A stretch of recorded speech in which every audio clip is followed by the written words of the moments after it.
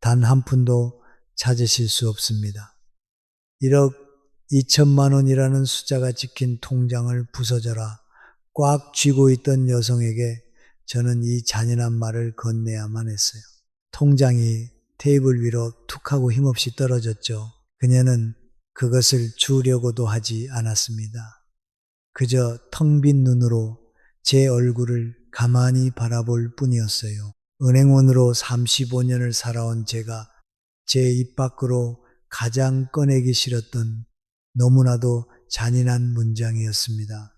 만약 내일 당신의 곁을 평생 지켜주던 사람이 갑자기 세상을 떠난다면 어떨까요?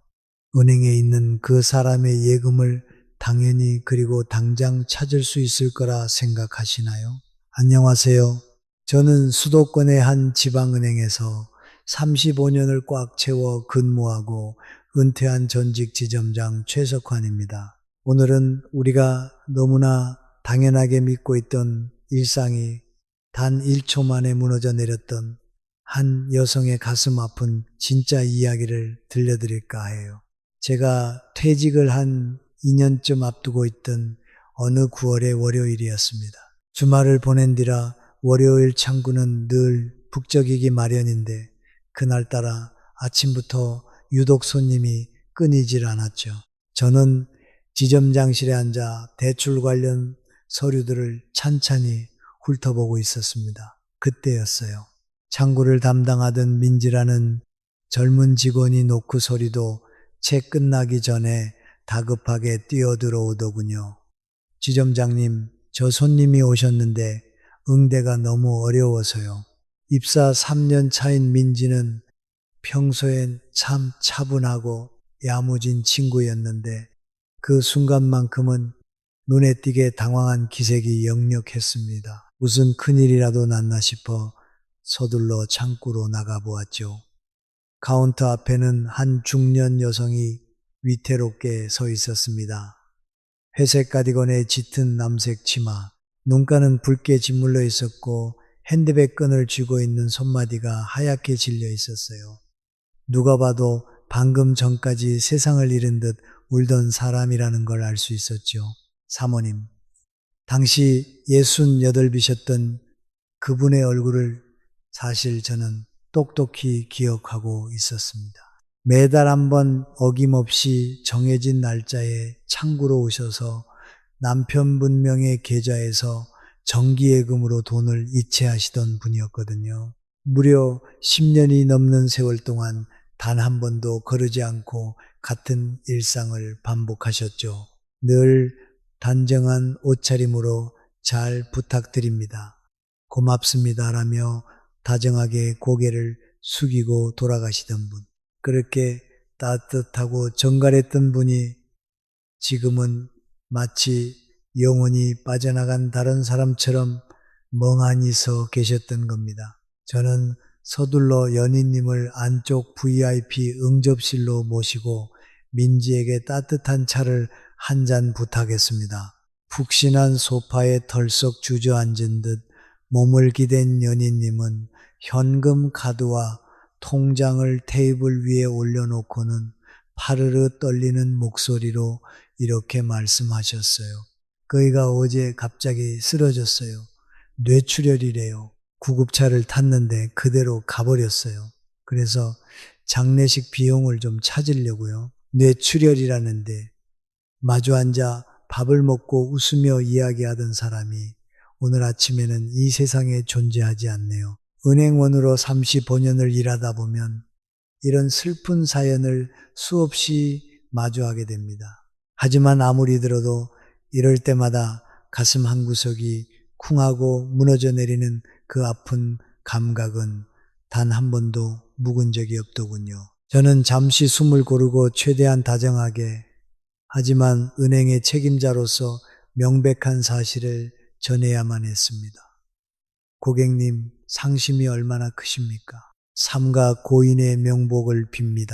이런 말씀을 드리게 되어 제 마음도 너무나 무겁고 죄송스럽습니다만 남편분의 계좌는 법적 상속인 전원이 합의하시기 전까지는 단 1원도 출금하실 수가 없습니다. 상속인 전원이라는 것은 상속의 권리를 가진 가족분들 모두를 뜻합니다. 단 한 분이라도 동의가 빠지면 이 계좌의 돈은 절대 움직일 수 없습니다. 그 몇 초간의 정적을 저는 지금도 생생하게 기억합니다.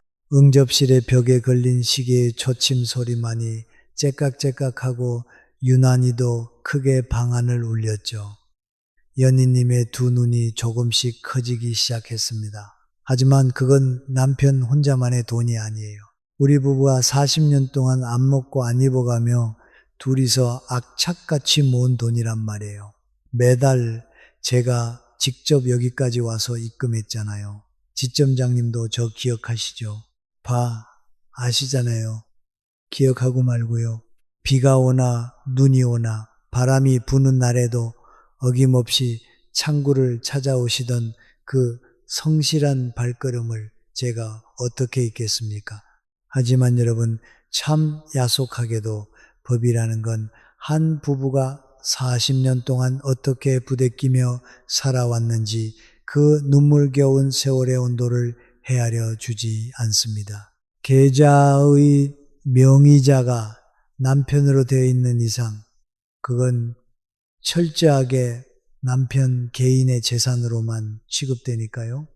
장례식장에서 그러더라고요. 당장 계약금이랑 이것저것 해서 1,000만 원은 준비하셔야 한다고. 1,000만 원이요? 지금 집에 있는 현금이라고는 고작 30만 원이 전부예요. 나머지 오래전 재산은 다 여기 통장 안에 있다고요. 연희님이 테이블 위로 떨어진 통장을 다시 주워들고는 가슴에 품듯 꽉 쥐었습니다. 그 통장에는 1억 2천만 원이라는 잔고가 찍혀 있었어요. 1억 2천만 원. 바로 이 건물. 여기서 불과 몇 걸음 떨어진 금고 안에 그 돈이 고스란히 있는데 단일 원도 꺼낼 수 없다니. 어쩌면 은행이 너무 피도 눈물도 없다고 차갑다고 생각하실지 모르겠습니다. 하지만 이것은 상속인 중 누군가 한 명이 몰래 전액을 인출해 가버리는 불상사를 막기 위한 최소한의 법적 안전장치이기도 합니다. 머리로는 이해할 수 있는 이치죠.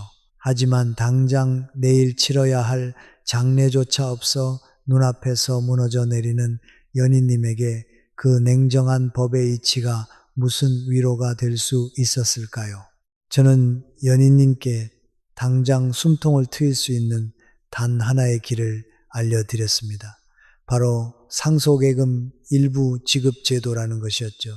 상속재산 분할 협의가 완전히 끝나지 않았더라도 장례비 등 긴급한 자금이 필요한 상속인을 위해 일정 금액까지는 출금을 허용해 주는 제도입니다. 계산식은 이렇습니다.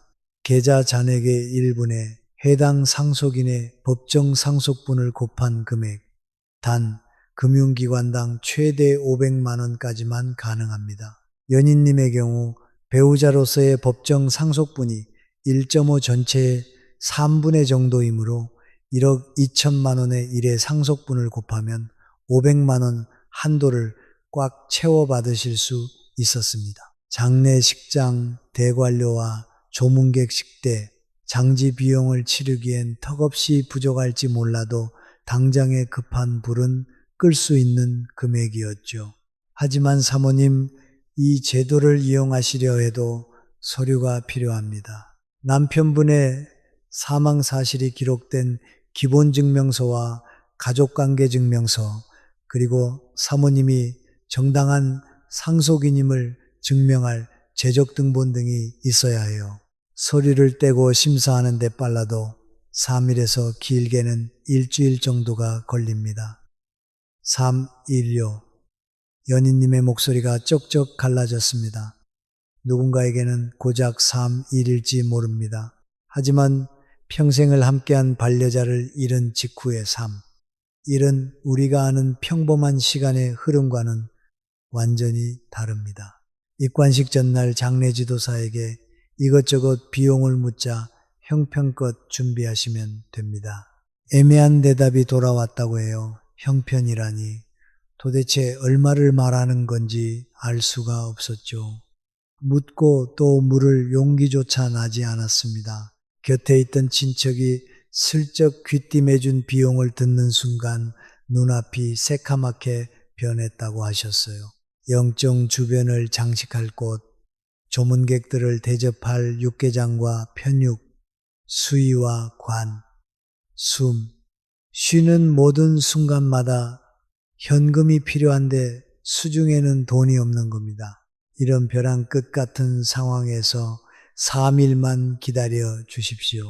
말을 들어야 하는 그 참담함을 여러분은 상상하실 수 있나요?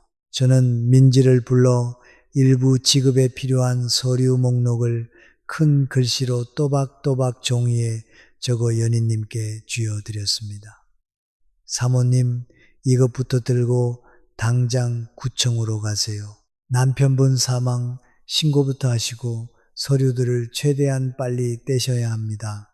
연인님은 쉬는 와중에도 제게 몇 번이나 고개를 숙이고는 핸드백을 마치 어린아이 안듯 가슴에 소중히 품고 돌아가셨습니다. 유리로 된 자동문이 스르륵 닫히고 나서도 저는 한참을 그 자리에 못 박힌 듯 서 있었어요. 점점 작아지는 연인님의 굽은 뒷모습이 제 맘에 달라붙어 떨어지질 않았거든요. 이런 잔인한 순간을 처음 마주했던 건 제가 은행에 들어온 지 2, 3년 차쯤 되었던 아주 오래전의 일이었습니다. 아마 80년대 후반쯤이었을 거예요. 이른을 훌쩍 넘기신 할아버지 한 분이 창구로 찾아오셨죠. 내 마누라가 죽었어. 우리 마누라 이름으로 된 정기예금 좀 깨주소. 당시 제 사수였던 선배가 응대를 했는데 고객님의 사망이 확인된 이상 계좌는 즉시 동결됩니다 라고 사무적으로 말하는 순간이었어요. 할아버지의 얼굴이 그걸 어떻게 표현해야 할까요? 마치 단단한 유리에 쩍하고 금이 가며 무너져 내리는 것 같았습니다. 그게 무슨 소리야? 내 마누라 돈이야. 50년 동안 우리 마누라가 손톱이 빠지도록 부업해서 모은 피 같은 돈이라고. 근데 왜 내가 못 찾는다는 거야? 할아버지의 목소리는 사시나무처럼 떨리고 있었습니다. 객장에 있던 모든 손님들의 시선이 그곳으로 쏠렸고 할아버지도 그걸 알고 계셨지만 끓어오르는 억울함과 슬픔을 주체하지 못하셨죠. 저는 20대 철없는 신입 행원이었지만 제일 뒷자리에서 그 모든 광경을 숨죽여 지켜보았습니다. 은행이라는 곳이 가진 법적인 올바름과 인간적인 차가움의 모순, 그 뼈아픈 현실을 그날 처음으로 뼈저리게 깨달았죠. 35년이 흐른 지금까지도 누군가의 계좌를 동결하는 버튼을 누를 때마다 그 할아버지의 일그러진 얼굴이 유령처럼 떠오르곤 합니다. 다시 연인님의 이야기로 돌아가 볼까요? 3일 뒤 연인님은 약속대로 서류 뭉치를 품에 안고 다시 은행을 찾으셨습니다. 눈 밑에는 짙은 그늘이 내려앉아 있었지만 표정만큼은 무언가 단단히 각오를 한 사람처럼 변해 있었어요. 장례식은 이웃분들과 친척들의 십시일반 도움으로 어떻게든 눈물 속에서 치러냈다고 하셨습니다. 서류 심사를 거쳐 500만 원을 인출해 드렸습니다.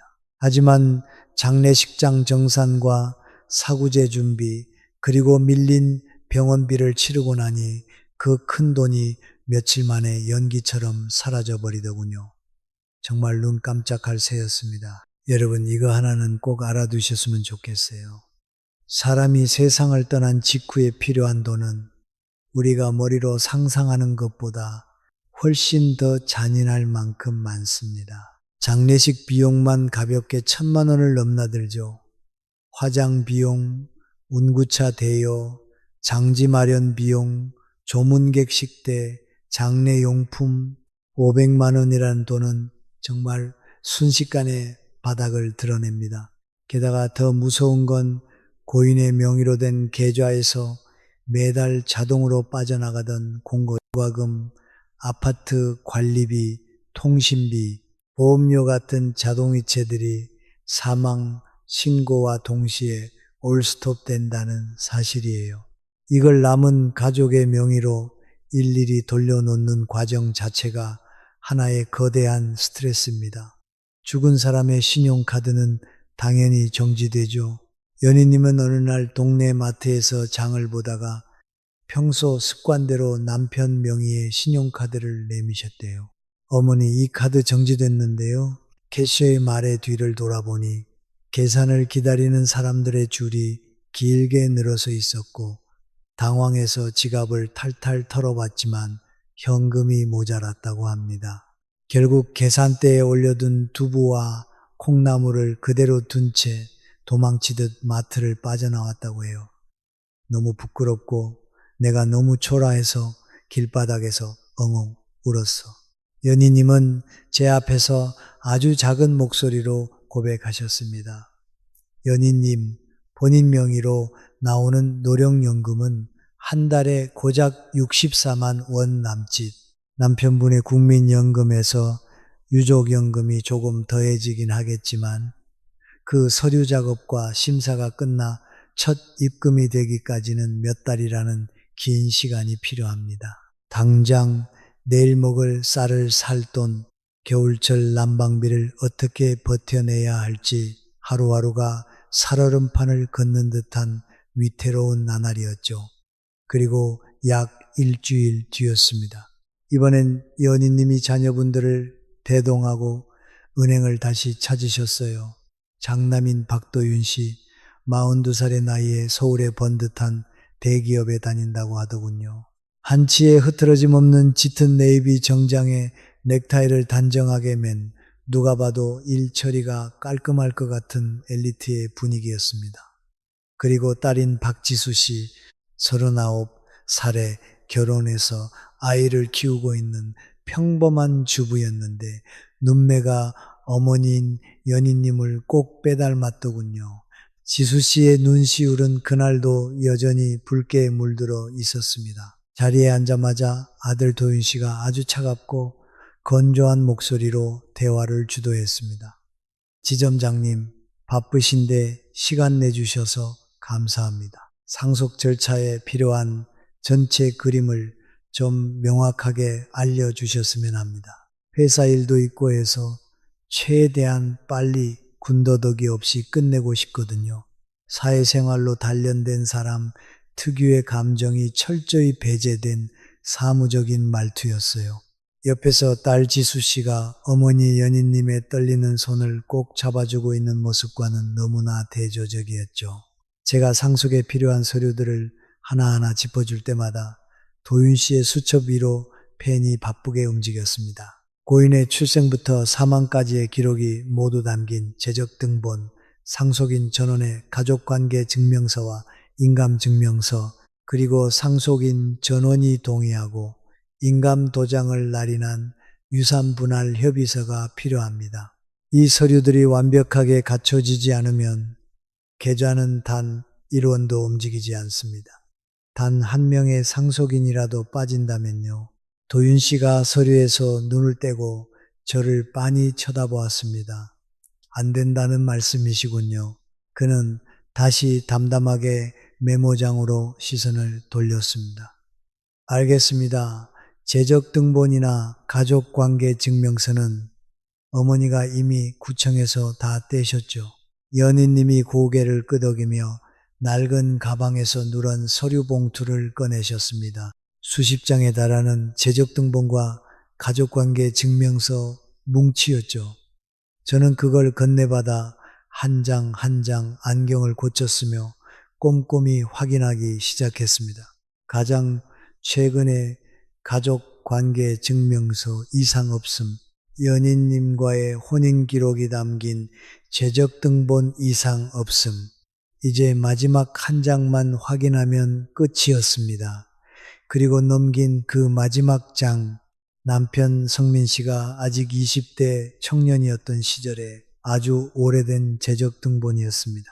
그 순간 제 눈동자가 한 곳에 멈춰 굳어버렸습니다. 누렇게 바랜 낡고 빛바랜 종이였지만 거기에 적힌 활자는 너무나도 또렷하고 잔인했습니다. 혼일난 배우자의 이름 강현이가 아니었습니다. 윤정아. 그리고 그 밑에 적힌 또 다른 이름 장남 서진 출생. 은행원으로 평생을 살다 보면 이런 드라마 같은, 아니 드라마보다 더 기막힌 현실을 마주하는 일이 생각보다 흔합니다. 서류는 호적은 절대 거짓말을 하지 않거든요. 한 사람이 태어나서 눈을 감을 때까지의 모든 법적인 발자취가 시간순으로 무섭도록 정확하게 기록되어 있습니다.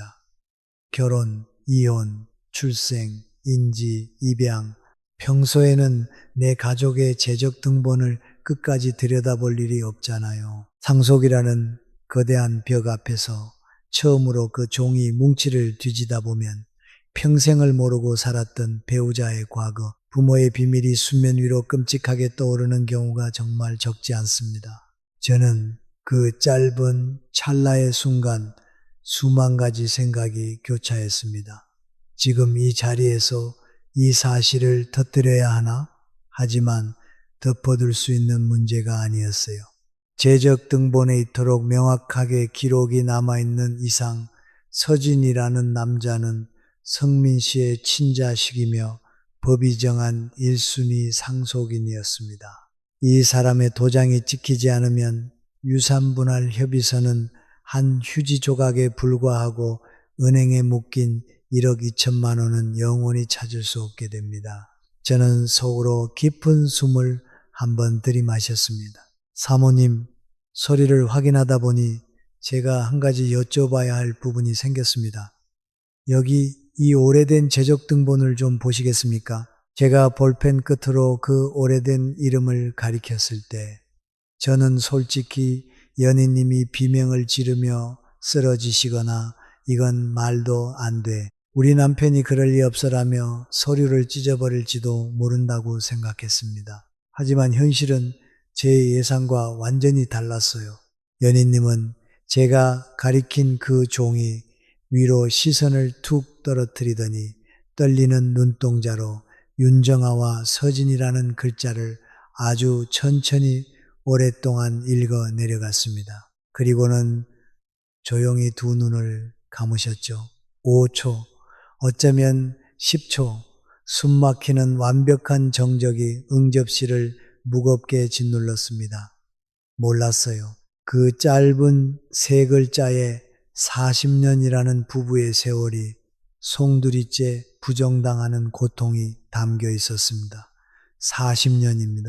40년 동안 매일 아침 같은 식탁에서 된장국을 떠먹고 같은 이불을 덮고 체온을 나누며 두 아이를 낳아 길렀던 내 남편. 내 세상의 전부였던 그 남자에게 내가 모르는 과거의 여자가 있었고 얼굴조차 본 적 없는 자식이 있었다. 그 충격적인 진실을 남편이 죽고 난 뒤 은행의 차가운 응접실에서 남편도 아닌 낯선 은행원의 입을 통해 전해 들어야 하는 이 기막힌 잔인함을 저는 어떤 단어로 위로해야 할지 솔직히 지금도 모르겠습니다. 그 고요함을 깬 건 아들 도윤 씨였습니다. 늘 냉정함을 유지하던 그의 손끝이 미세하게 떨리는 것을 저는 놓치지 않았죠. 지점장님, 그게 지금 무슨 소리입니까? 아버지한테 이전 결혼해서 낳은 자식이 있다고요?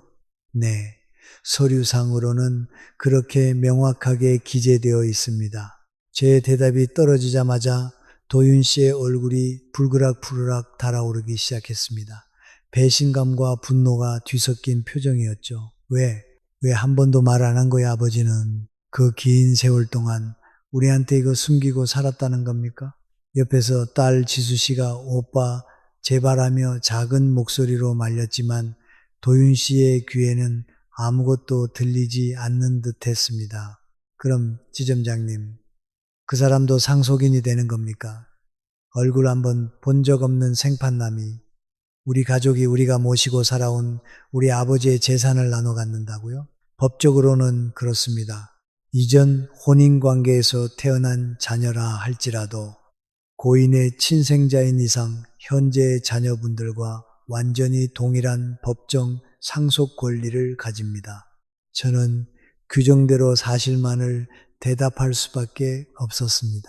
배우자인 연희님이 1.5, 그리고 자녀인 도윤 씨, 지수 씨, 그리고 얼굴 모르는 아들 진우 씨가 각각 일식 전체 재산을 비율대로 나누면 진우 씨의 몫은 전체의 약분의 1억 2천만 원 중 무려 2,600만 원 가량이 그 낯선 남자의 몫인 겁니다.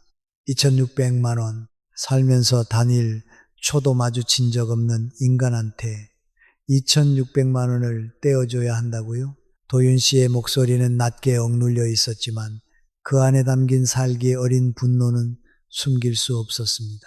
지수 씨는 소리 내어 울기 시작했죠. 그 아수라장 속에서 정작 아내인 연희님은 기절할 정도로 고요했습니다. 마치 몸속에 있는 모든 감정의 스위치를 꺼버린 사람처럼 텅 빈 눈으로 허공만 응시하고 계셨죠.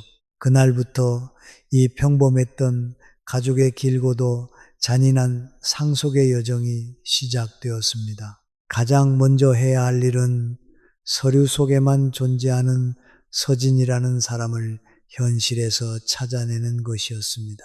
재적등본에서 알 수 있는 건 남편 성민 씨가 전처와 이혼하면서 전처가 진우 씨의 친권과 양육권을 가져갔다는 짤막한 사실뿐이었죠. 그 이후의 행방은 과거의 주소지를 역추적하며 하나하나 꼬리를 밟아가는 수밖에 없었습니다. 저는 연희님께 상속 문제를 전문으로 다루는 법무사님을 소개해드렸습니다. 성품이 온화하면서도 일 처리가 아주 치밀해 제가 평소에도 믿고 의지하던 분이었죠. 오 법무사님은 전국 각지의 주민센터로 우편을 보내지 누 씨의 주소지를 추적하기 시작했습니다. 하지만 서류 하나를 요청해서 받아보는 데만 꼬박 2주. 거기에 적힌 새로운 주소지로 다시 요청하면 또 2주. 만약 진우 씨의 어머니가 재혼을 했거나 이사를 자주 다녔다면 이건 정말 모래사장에서 바늘을 찾는 것처럼 피 말리는 작업이 됩니다. 그 기약 없는 시간 동안 연희님의 삶은 그야말로 벼랑 끝에 줄타기였습니다. 장례비로 임시 출금했던 1,100만 원은 이미 장례식과 49제 비용, 밀린 세금으로 흔적도 없이 사라졌습니다. 남편의 유족연금은 아직 심사 중이라 언제 나올지 미지수. 연희님의 한 달 수입이라곤 본인의 노령연금 64만 원이 전부였죠. 아파트 관리비, 가스비, 전기세, 국민건강보험료, 거기에 최소한의 식비와 통신비까지. 아무리 허리띠를 졸라매도 한 달에 숨만 쉬고 살아도 120만 원, 130만 원이 훌쩍 넘어갔습니다. 턱없이 부족했죠. 딸 지수 씨가 남편 몰래 한 달에 2, 30만 원씩 생활비를 보태주고 있었지만 지수 씨 역시 아이를 키우는 외벌이 가정의 주부였습니다. 친정 엄마를 돕는 것도 하루 이틀이지 그 아슬아슬한 지원이 오래갈 리 없었죠. 이 무렵 연희님은 일주일에 한 번꼴로 저희 지점을 찾아오시곤 했습니다. 어느 날 제가 내어드린 따뜻한 메밀차를 한 모금 삼키시더니 쓸쓸한 목소리로 툭 속마음을 털어놓으시더군요. 지점장님, 저 사실 우리 남편 통장에 돈이 정확히 얼마가 있는지 몰랐어요. 매달 은행에 와서 입금하는 심부름은 제가 다 했으면서도 한 번도 잔고를 확인해 본 적이 없거든요. 내가 잔고를 캐물으면 꼭 남편을 못 믿는 것 같아서 그 사람 자존심 상할까봐 묻지도 않았어요. 부부 중 어느 한쪽이 돈 관리를 전담하고 다른 한쪽은 집안 경제가 어떻게 돌아가는지 전혀 모르는 것. 우리네 부모님 세대에서는 결코 드문 일이 아닙니다. 하지만 그 관리하던 사람이 어느 날 갑자기 세상에서 사라졌을 때 남겨진 사람은 글자 그대로 길거리에 남게 됩니다. 통장 비밀번호를 모릅니다. 은행에 등록된 도장이 장롱 속 수많은 도장 중 어떤 것인지 알 길이 없습니다. 심지어 어느 은행의 계좌를 파두었는지 보험은 뭘 들었는지조차 파악하지 못하죠. 연인님이 겪고 있는 이 끔찍한 막막함은 결코 남의 일이 아닙니다.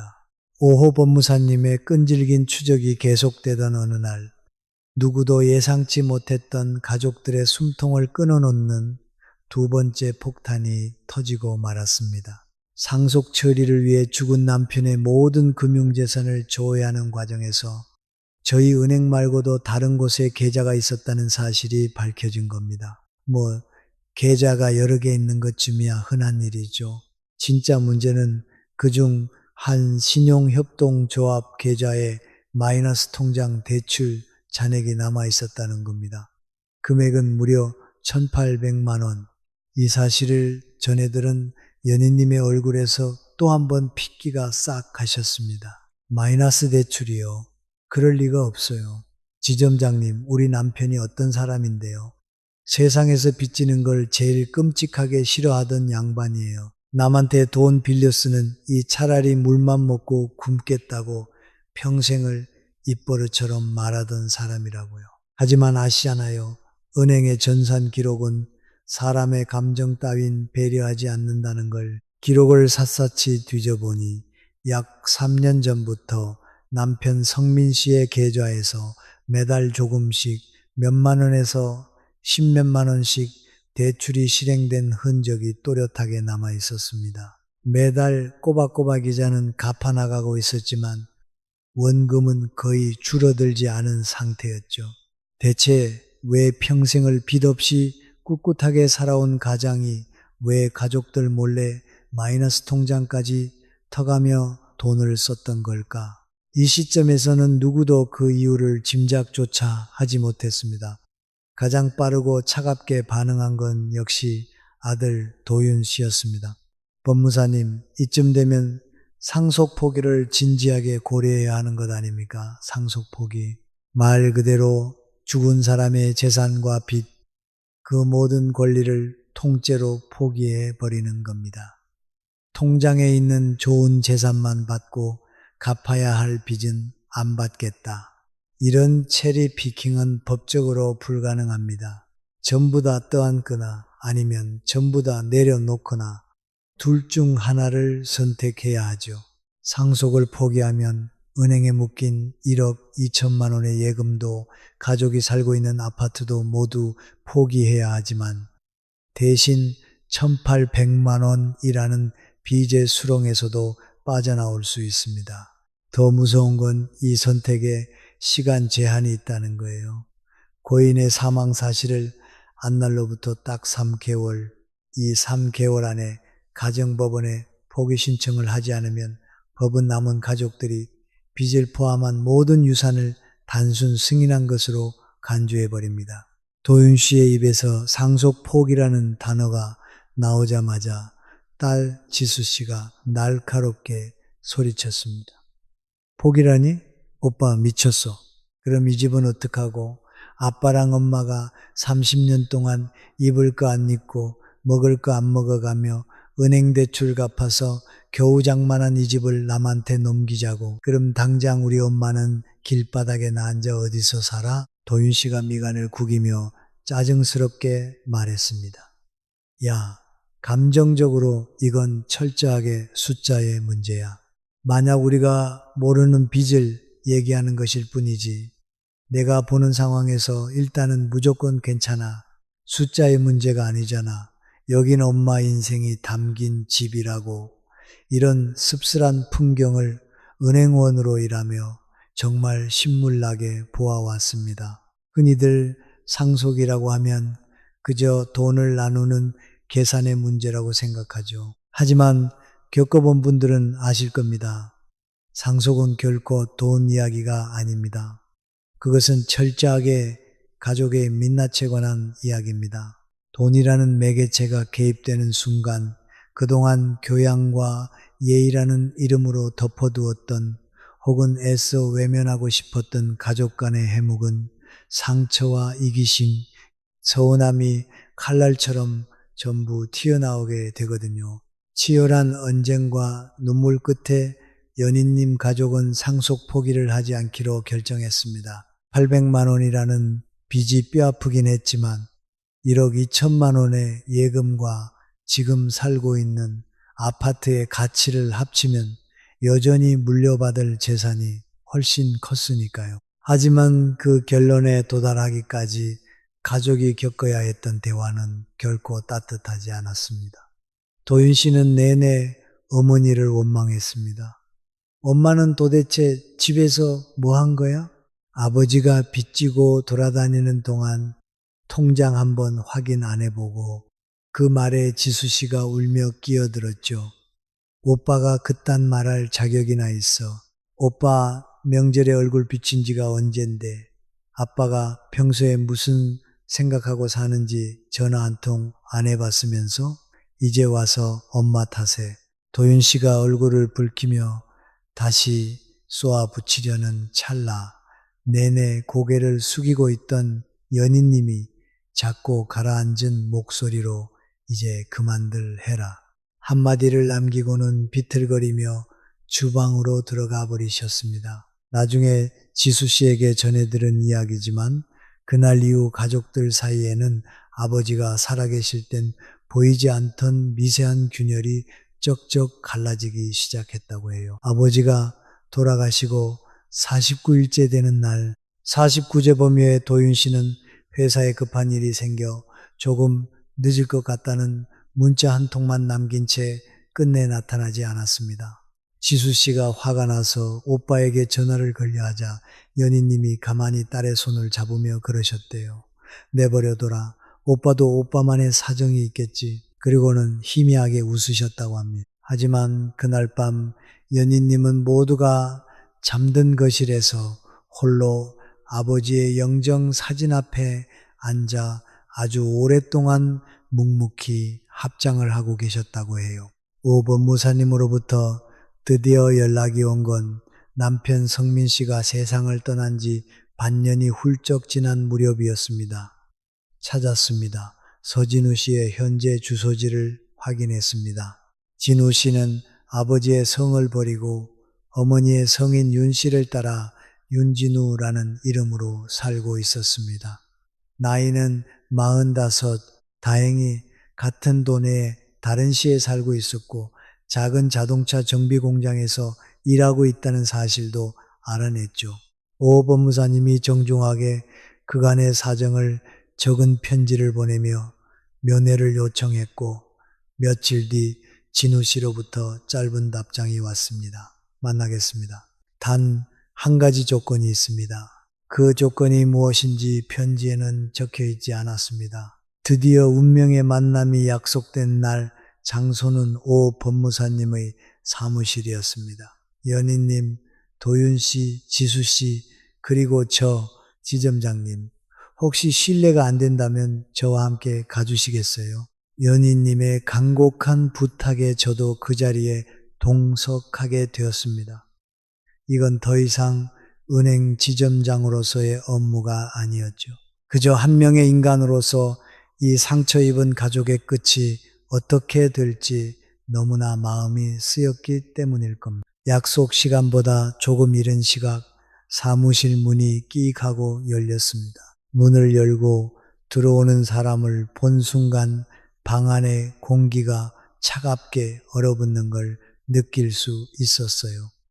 다부진 체격에 짙게 그을린 피부, 남색 정비복 바지 위에 낡은 카키색 점퍼를 걸친 남자. 그의 손등과 손톱 밑에는 아무리 비누로 박박 문질러도 지워지지 않는 정비사 특유의 거뭇한 기름때가 열게 배어 있었습니다. 그리고 살짝 처진 눈매와 깊은 눈동자, 죽은 성민 씨의 젊은 시절을 그대로 복사해 놓은 듯 너무나도 똑 닮은 얼굴이었습니다. 연희님이 자신도 모르게 짧은 숨을 들이켜는 소리가 제 귀에 들려왔습니다. 진우 씨는 묵묵히 빈자리에 앉더니 테이블 위에 어지럽게 널려 있는 상속 관련 서류들을 무심한 눈으로 쓱 훑어보았습니다. 그리고는 팔짱을 낀 채 오 법무사님도 연희님도 아닌 창밖의 풍경만 가만히 응시했죠. 5초, 10초, 침이 꼴깍 넘어가는 정적이 흘렀습니다. 도윤 씨는 긴장한 듯 재킷의 모서리만 만지작거리고 있었죠. 오 법무사님이 헛기침을 하며 입을 때려는 순간 진우 씨가 낮고 단호한 목소리로 말을 잘랐습니다. 먼저 말씀드리죠. 목소리는 차분했지만 그 이면에는 오랫동안 단단하게 뭉쳐진 굳은 살 같은 감정이 숨어 있었습니다. 돈은 필요 없습니다. 순간 벼락이라도 떨어진 듯한 침묵이 사무실을 감쌌습니다. 도윤 씨의 눈이 화들짝 놀라 커졌죠. 오 법무사님이 조심스럽게 확인했습니다. 그 말씀은 법정 상속분을 전액 포기하시겠다는 뜻으로 받아들여도 되겠습니까? 진우 씨는 턱을 당겨 짧게 고개를 끄덕였습니다. 그 사람 돈 따위 단일 원도 받고 싶지 않습니다. 제가 5살 때 집을 나간 뒤로 단 한 번도, 정말 단 한 번도 저를 보러 오지 않은 사람입니다. 그런 인간이 남긴 돈 저한테 필요 없습니다. 소리를 지르지도 흥분해서 책상을 내리치지도 않았습니다.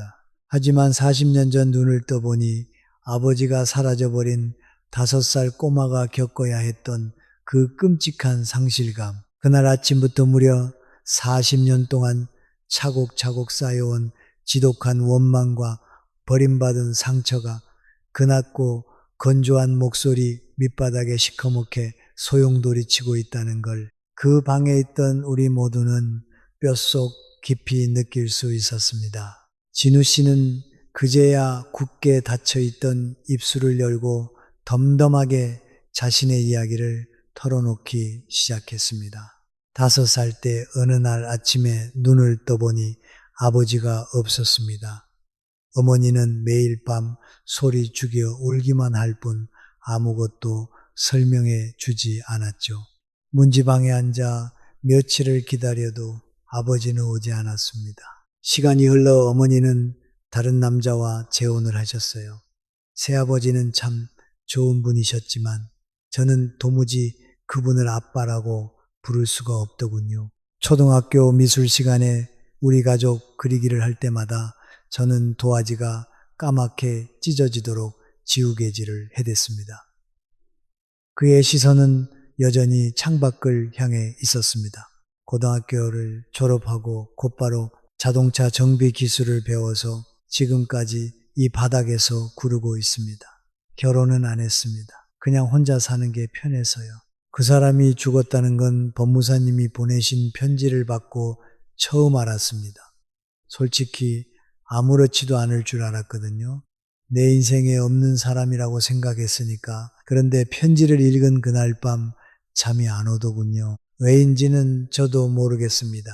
그냥 밤새도록 잠을 잘 수가 없었습니다. 그 담담한 고백에 연희님이 파르르 떨리는 목소리로 속삭였습니다.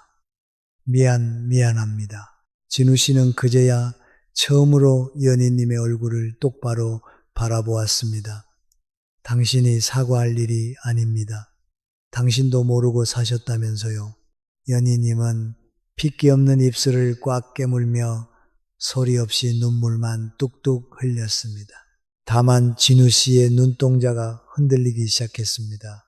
돈은 필요 없지만 딱 하나 부탁하고 싶은 게 있습니다. 그는 마른 침을 삼키며 말을 이었습니다.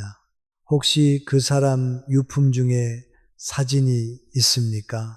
제가 아주 어렸을 때 찍은 사진이 혹시라도 그 사람 곁에 한 장이라도 남아있는지 그것만 확인해 주십시오. 만약 남아있다면 한 번만 보여주세요. 그거면 됩니다. 그것만 확인하게 해주시면 상속 포기 서류에 당장 도장 찍겠습니다. 그 말이 끝나는 순간 꾹꾹 참아오던 지수 씨가 결국 양손으로 얼굴을 감싼 채 오열하기 시작했습니다. 차갑게 굴던 도윤 씨조차 천장을 올려다보며 길고 무거운 한숨을 토해냈죠. 저는 테이블 위에 올려진 제 두 손만 물끄러미 내려다볼 수밖에 없었습니다. 코끝이 메워져서 고개를 들 수가 없었거든요. 돈은 필요 없다. 그가 진짜 원했던 건 단 하나였습니다. 자신이 완전히 버려진 존재가 아니었다는 그 알량한 증거 하나. 40년 동안 단 한 번도 찾아오지 않은 매정한 아버지였지만 그래도 마음 한구석에는 나를 완전히 지워버리지 않았을지도 모른다는 그 간절한 희망, 그 가능성 하나만을 45살의 아들은 간절하게 확인하고 싶었던 겁니다. 면회가 끝난 뒤 연인님은 집으로 돌아가 지수 씨와 함께 남편 성민 씨의 유품을 처음부터 끝까지 다 뒤집어 엎었다고 합니다. 서재 책상에 얕은 서랍, 빼곡히 꽂힌 책과 책 사이 오래된 다이어리 갈피, 심지어 베란다 구석에 처박힌 먼지 쌓인 공구 상자까지 몇 시간을 땀방울 흘려가며 온 집안을 뒤진 끝에 마침내 무언가를 발견한 곳은 안방 구석에 놓인 낡은 원목 옷장의 맨 아래 칸 서랍이었습니다. 연희님은 나중에 제게 이렇게 말씀하셨어요. 지점장님, 그 맨 아래 칸 서랍은 남편이 자기 물건만 넣어두는 곳이라. 제가 40년을 살면서 단 한 번도 열어본 적이 없었어요. 부부라도 남편의 개인적인 공간은 존중해줘야 한다고. 그게 제 나름의 도리라고 생각했거든요. 그 깊고 어두운 서랍 구석, 오래된 세금 영수증과 서류 뭉치들 사이에 비닐에 쌓인 사진 한 장이 조심스럽게 끼워져 있었습니다. 모서리가 닳고 색이 바랜 손바닥만한 오래된 컬러인화 사진, 거기엔 3살쯤 되어 보이는 사내 아이가 오동통하고 작은 손으로 서툴게 부위를 그리며 카메라를 향해 까르르 웃고 있었습니다. 떨리는 손으로 그 사진을 뒤집었을 때 뒷면에는 성민 씨의 반듯하고 정갈한 글씨체로 이렇게 적혀 있었습니다. 연인님이 그 사진을 발견하던 순간의 이야기는 딸 지수 씨에게 전해 들었습니다. 아저씨, 저 우리 엄마가 그렇게 목 놓아 우는 거 처음 봤어요. 짐승처럼 엉울면서 계속 똑같은 말만 반복하는 거예요. 나는 아무것도 몰랐다. 40년을 한 이불을 덮고 살면서 이 서랍 안에 이런 게 있는 줄도 모르고 당신이 어떤 마음으로 이 사진을 품고 살았는지 나는 정말 아무것도 몰랐다고. 그리고 놀라운 발견이 하나 더 있었습니다. 남편 성민 씨가 생전에 쓰던 낡은 노트북이 한 대 있었거든요. 지수 씨가 남편이 평소 자주 쓰던 비밀번호 조합을 이것저것 다 넣어보다가 우연히 로그인을 풀게 되었습니다. 정답이었던 그 비밀번호. 그것은 바로 진우 씨의 생년월일 6자리였습니다. 노트북에 남아있는 인터넷 뱅킹, 이체 내역을 확인하던 지수 씨는 자신의 눈을 의심했습니다. 3년 전부터 매달 특정일이 되면 윤정아라는 이름의 계좌로 정확히 30만 원씩 이체한 기록이 빼곡하게 남아 있었던 겁니다. 윤정아. 바로 진우 씨의 어머니이자 성민 씨의 전처 이름이었습니다. 한 달에 30만 원, 넉넉한 연금 생활자도 아닌 평범한 노인에게 매달 30만 원이라는 돈을 몰래 떼어내기란 절대 쉬운 일이 아닙니다. 그리고 이 30만 원이라는 숫자는 놀랍게도 성민 씨가 신용협동조합의 마이너스 통장에서 매달 받았던 대출 금액과 정확히 일치했습니다. 퍼즐이 맞춰지는 순간이었습니다. 생활비가 모자라자 빚지는 건 죽기보다 싫다던 그 굳은 자존심을 꺾어가며 마이너스 대출을 받아 전처에게 생활비를 보냈던 겁니다. 왜 3년 전부터 갑자기 돈을 보내기 시작했을까요? 전처 쪽에서 무슨 급박한 연락이라도 온 걸까요? 아니면 자신의 몸이 예전 같지 않게 쇠약해져 가는 걸 느끼고 죽기 전에 어떻게든 자신이 저지른 과오를 갚아야 한다는 죄책감 때문이었을까요? 진실은 아무도 모릅니다. 영원히 미궁 속으로 빠져버렸죠. 오직 죽은 성민 씨만이 그 이유를 알 테고 그는 그 무거운 비밀을 품은 채 홀로 세상을 떠나버렸으니까요. 이 모든 사실을 진우 씨에게 전달한 건 오 법무사님이었습니다. 진우 씨가 그 사진을 보고 이체의 내역을 듣고 어떤 표정을 지었는지 오 법무사님은 구체적으로 말씀해 주지 않으셨어요. 그저 씁쓸한 미소를 지으며 이렇게만 덧붙이셨죠. 전화기 너머로 아주 기나긴 침묵이 흐르더군요. 그리고 한참 뒤에 목이 꽉 맨 소리로 그렇습니까? 한마디만 하셨습니다. 그렇습니까? 라는 짧은 네 글자 안에 45살 아들의 얼마나 많은 감정의 소용돌이가 치고 있었을까요? 원망, 슬픔, 당혹, 그리고 어쩌면 평생을 가슴 한구석에서 애타게 기다려왔을 아주 작은 구원의 빛, 그 모든 것이 뒤엉켜 있지 않았을까? 저는 조심스럽게 짐작해 봅니다. 결국 유산분할 협의서에 상속인 전원이 서명하고 인감도장을 찍은 건 성민 씨가 세상을 떠나고 무려 8개월이라는 긴 시간이 흐른 뒤였습니다. 8개월입니다. 여러분, 예금 통장에 내 전 재산이 들어있는데 무려 240일 동안 내 맘대로 돈을 찾아 쓰지 못하는 불안과 공포가 어떤 것인지 상상이 가시나요? 결론적으로 진우 씨의 몫은 본인의 굳은 의지로 상속을 완전히 포기했으니까요. 연인님은 인감도장을 다 찍고 난 뒤 오 법무사님의 사무실에는 다시금 무거운 정적이 내려앉았습니다. 가장 먼저 자리에서 일어난 건 아들 도윤 씨였습니다. 수고하셨습니다. 도윤 씨는 짧게 목례만 남기고 의자를 빼서 문 쪽으로 향했습니다. 그런데 문고리를 잡기 직전 아주 찰나의 순간 걸음을 멈추고는 뒤를 돌아 연희님의 뒷모습을 가만히 바라보더군요. 무언가 입술을 달싹이며 말을 건네려는 듯 했지만 결국 그는 끝내 아무 말도 하지 못한 채 밖으로 나가버렸습니다. 저는 도윤 씨의 그 머뭇거림 속에 차마 입 밖으로 꺼내지 못한 미안함과 죄책감이 담겨 있었을 거라 믿고 싶습니다. 지수 씨는 연희님의 구부정한 어깨를 가만히 쓸어내리며 엄마 이제 가자고 다독였죠. 그리고 진우 씨, 그는 연희님을 통해 건네받았던 그 빛바랜 사진을 자신의 낡은 점퍼 안주머니에서 조심스럽게 꺼내 들었습니다. 손가락으로 사진 속 어린 자신의 얼굴과 아버지의 글씨를 한번 가만히 쓸어보더니 다시 소중하게 품속 깊이 갈무리 하더군요. 신세 많았습니다. 진우 씨는 오 법무사님과 연희님을 향해 깊이 고개를 숙여 인사하고는 묵묵히 그 방을 빠져나갔습니다. 아름다운 해피엔딩은 아니었습니다. 드라마처럼 온 가족이 눈물을 흘리며 끌어안고 다 용서할게, 사랑한다며 극적인 화해를 하는 일 따위는 현실에서 일어나지 않았습니다. 하지만 여러분, 이게 우리의 진짜 삶입니다. 상속이라는 전쟁터에 오래오래 행복하게 살았습니다.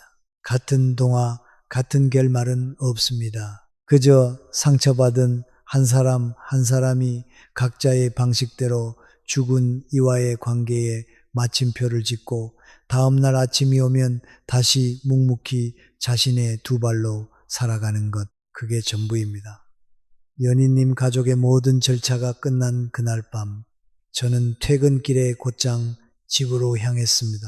평소처럼 식탁 의자에 앉아 아내 은선이가 따뜻하게 우려내어준 차 한 잔을 두 손으로 받아들었죠. 차를 한 모금 깊게 마시고는 제가 아내에게 이렇게 말했습니다.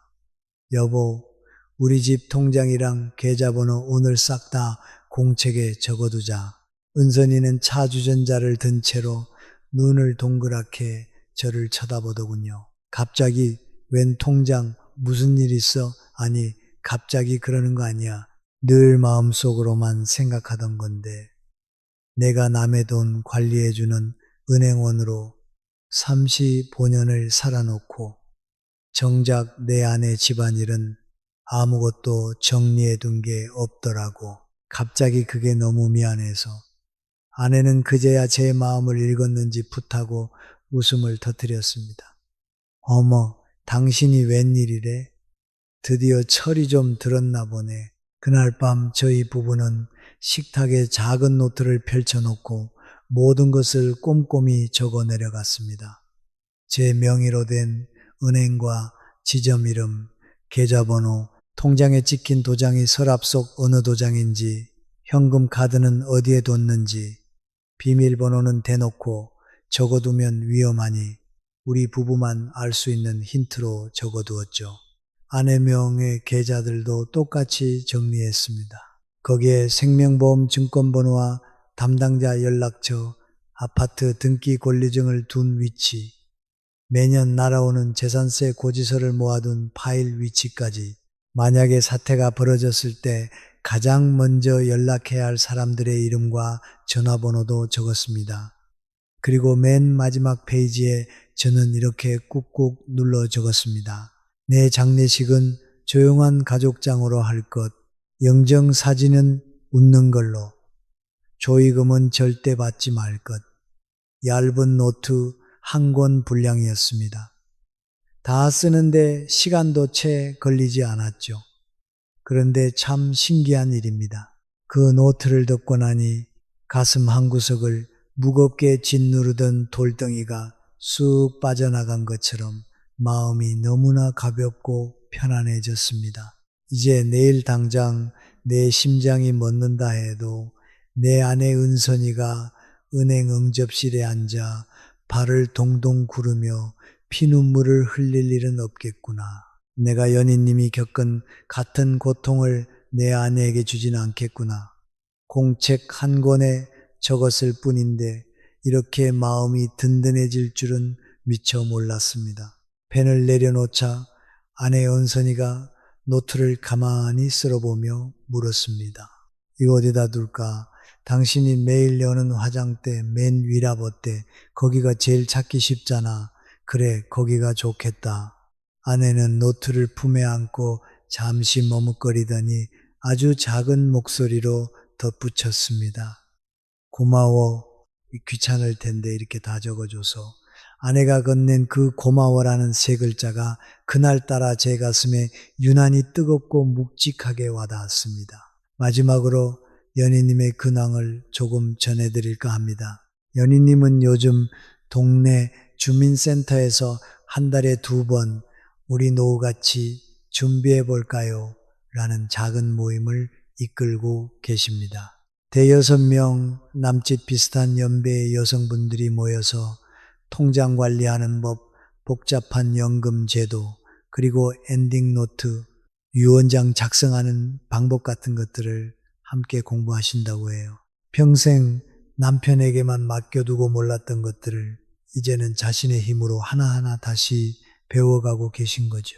얼마 전 길에서 우연히 연인님을 마주쳤을 때 제게 맑게 웃으며 이렇게 말씀하시더군요. 지점장님, 저 사실 평생 남편한테 돈 문제 다 떠넘기고 살았던 거 진짜 많이 후회해요. 남편이 밖에서 어떤 마음으로 돈을 벌고 썼는지 아무것도 몰랐잖아요. 알려고 하지도 않았고요.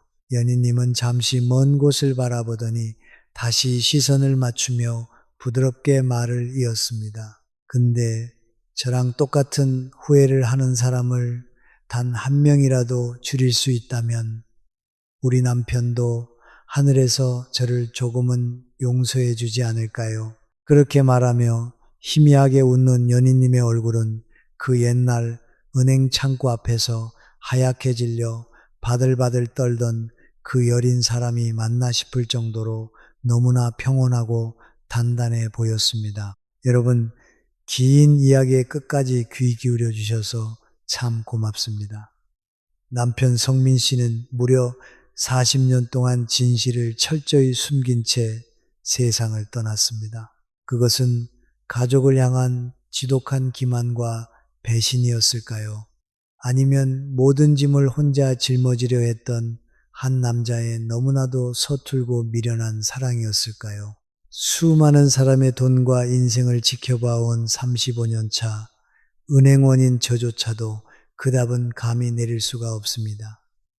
여러분은 어떻게 느끼셨나요? 마지막으로 딱 하나만 묻고 싶습니다. 지금 당장 당신의 곁에 누워있는 그 사람의 예금 계좌가 몇 개인지, 비밀번호가 무엇인지, 통장 도장이 어떤 것인지 하나도 빠짐없이 정확하게 대답하실 수 있나요? 만약 입이 꼭 다물어지고 등줄기에서 식은땀이 난다면 제발 오늘 밤 당장 확인하시길 바랍니다. 내일이면 너무 늦을지도 모릅니다. 예쁜 수첩도 좋고 굴러다니는 이면지나 편지 봉투 뒷면이라도 좋습니다. 그저 펜을 들어 몇 줄 끄적여 두는 것만으로도 당신이 사랑하는 사람이 연인님처럼 지옥 같은 고통을 겪는 걸 막을 수 있습니다. 만약의 순간은 결코 예고장을 보내고 찾아오지 않습니다. 어제까지 내 옆에서 따뜻하게 웃던 사람이 오늘 차가운 한 줌의 재가 되는 것. 그것은 텔레비전 속 비극이 아니라 언제든 나와 내 가족에게 일어날 수 있는 서늘한 현실입니다. 하지만 그 예고 없는 슬픔에 대비하는 일은 바로 지금 오늘 밤에 할 수 있습니다. 오늘 식탁에 마주 앉아 남편에게, 아내에게 혹은 다정한 자녀에게 아주 가벼운 농담처럼 툭 한마디 건네보세요. 여보, 우리 집 통장이랑 도장 어디 있는지 혹시 알아? 그 짧은 질문 한마디가 언젠가 홀로 남겨질 사람에게 당신이 해줄 수 있는 가장 깊고 다정한 마지막 사랑의 고백이 될 것입니다. 오늘 들려드린 성민 씨의 서툰 선택에 대해서 혹은 여러분만의 재산 관리 노하우에 대해서 어떤 이야기든 좋습니다. 편안하게 댓글창에 여러분의 생각을 남겨주세요. 만약 이 이야기가 여러분의 마음 한구석에 작은 온기를 남겼다면 좋아요를 눌러주시고 사랑하는 가족이나 친구들에게도 슬쩍 공유해 주시면 너무나 감사할게요. 오늘은 두려운 이야기로 문을 열었네요. 잊지 마시고 사랑하는 가족이나 친구들에게도 슬쩍 공유해 주시면 좋겠습니다. 채널 구독과 알람 설정을 해 두시면 앞으로도 여러분의 일상에 잔잔한 위로가 되어줄 따뜻한 노후의 이야기들을 변함없이 전해드리겠습니다. 긴 시간 함께 해주셔서 진심으로 감사합니다. 편안한 밤 보내세요.